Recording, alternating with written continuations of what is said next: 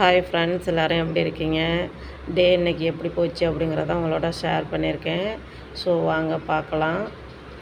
காலையிலே எழுந்ததுமே வாசல்லாம் கூட்டிட்டு தண்ணி தெளிச்சிட்டு வந்துட்டேன். வந்து பால் காய்ச்சிட்ருக்கேன் ஃப்ரெண்ட்ஸ். பால் காய்ச்சி எல்லாேருக்கும் காஃபி போட்டு கொடுத்துட்டு, அதுக்கப்புறம் வாசல் தண்ணி தெளித்தது கொஞ்சம் காஞ்சிருக்கும், அதை கோலம் போட போயிட்டேன். இது டியூஸ்டே எடுத்த விலாக்ஸ் தான். காஃபி போட்டாச்சு, எல்லோரும் கொடுத்த அப்புறம்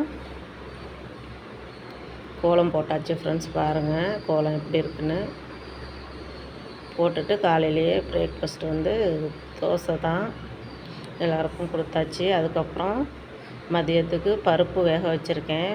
பருப்பு குழம்பு, சாப்பாடு வெந்துக்கிட்டு இருக்கு இந்த சைடு. சமையல் வேலை முடித்த அப்புறம் ஹேர் பேக் போடலாம் அப்படின்னு சமைச்சிட்ருக்கேன் ஃப்ரெண்ட்ஸ். சமையல் ஆல்ரெடி பாதி வேலை முடிஞ்சிருச்சு. அதுக்குள்ளே ஹேர் பேக்கு போய் ரெடி பண்ணலாம் அப்படின்னு கொஞ்சம் வெள்ளை கரிசலாங்கண்ணி தான் எடுத்துக்கிட்டேன். அதான் கொஞ்சம் கட் பண்ணிட்டு வருவோன்னு மேலே போயிட்டேன்.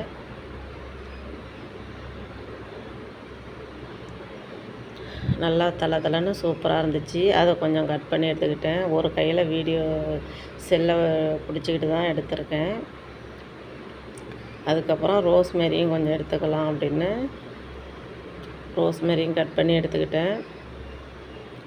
அடுத்தது முளை கட்டின வெந்தயம் நல்லாவே முளைச்சிருக்கு.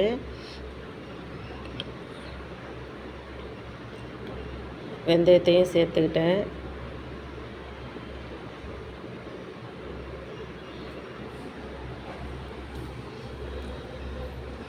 இந்த ஹேர் பேக் போடையில் நம்மளோட ஹேர் ரொம்ப சூப்பராக நல்லா பிளாக்காகவும் இருக்கும். நான் வெந்தயம் சேர்க்கையில் வந்து அது கூட கரிசலாங்கண்ணி இது மாதிரி ஏதாவது ஒன்று சேர்த்துக்குவேன். வெந்தயம் மட்டும் போட்டாக்கா நம்மளோட ஹேர் வந்து செம்பட்டை பிடிச்ச மாதிரி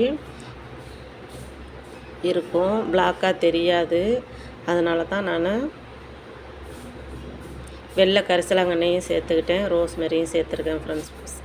அது கூட வெண்டைக்காய் 2 வெண்டைக்காய் இருந்துச்சு, கட் பண்ணி எடுத்துக்கிட்டேன். அதில் சாதம் வடித்த கஞ்சும் தேங்காய் பாலும் கொஞ்சம் சேர்த்து 1 கிளாஸ் எடுத்துருக்கேன். அதை சேர்த்து தான் அரைச்சிருக்கேன் ஃப்ரெண்ட்ஸ். ரொம்ப நைஸாக அரைச்சி எடுத்துக்கிட்டேன். எடுத்து ஹேரில் அப்ளை பண்ணுறேன். எல்லா இடமும் நல்லா வேர்க்கால்கள்லேருந்து நுனி வரையுமே நல்லா அப்ளை பண்ணி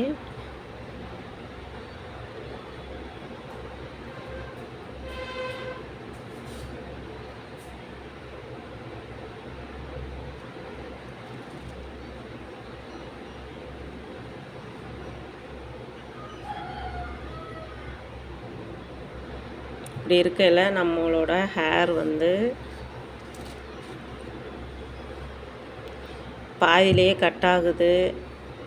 அப்படியே வளவளன்னு நல்லா சாஃப்டாக இல்லாமல் இதாக இருக்குது அப்படின்னாக்க இந்த ஹேர் பேக் போட்டோம்னா நம்மளோட ஹேர் நல்லா ஸ்மூத் அண்ட் ஷைனிங்காக இருக்கும், நல்லா சாஃப்டாகவே இருக்கும். இந்த ஹேர் பேக் ரொம்பவே பிடிச்சிருக்கு ஃப்ரெண்ட்ஸ். பிடிச்சிருந்தா நீங்களும் ட்ரை பண்ணுங்கள். அப்படியே ஹேரில் அப்ளை பண்ணி 1/2 hour ஊற வச்சுட்டேன். ஊற வச்ச அப்புறம் ஹேர் வாஷ் பண்ணிவிட்டு வந்துட்டேன். பாருங்கள் என்னோடய ஹேரை ரொம்ப ட்ரையாக இல்லாமல் எவ்வளோ சூப்பராக இருக்குன்னு.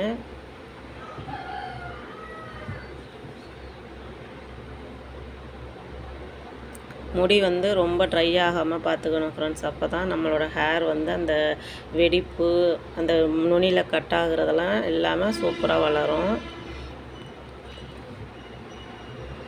ஸோ இந்த ஹேர் பேக் பிடிச்சிருந்தா நீங்களும் ட்ரை பண்ணுங்கள் ஃப்ரெண்ட்ஸ். ஓகே ஃப்ரெண்ட்ஸ், பாய்.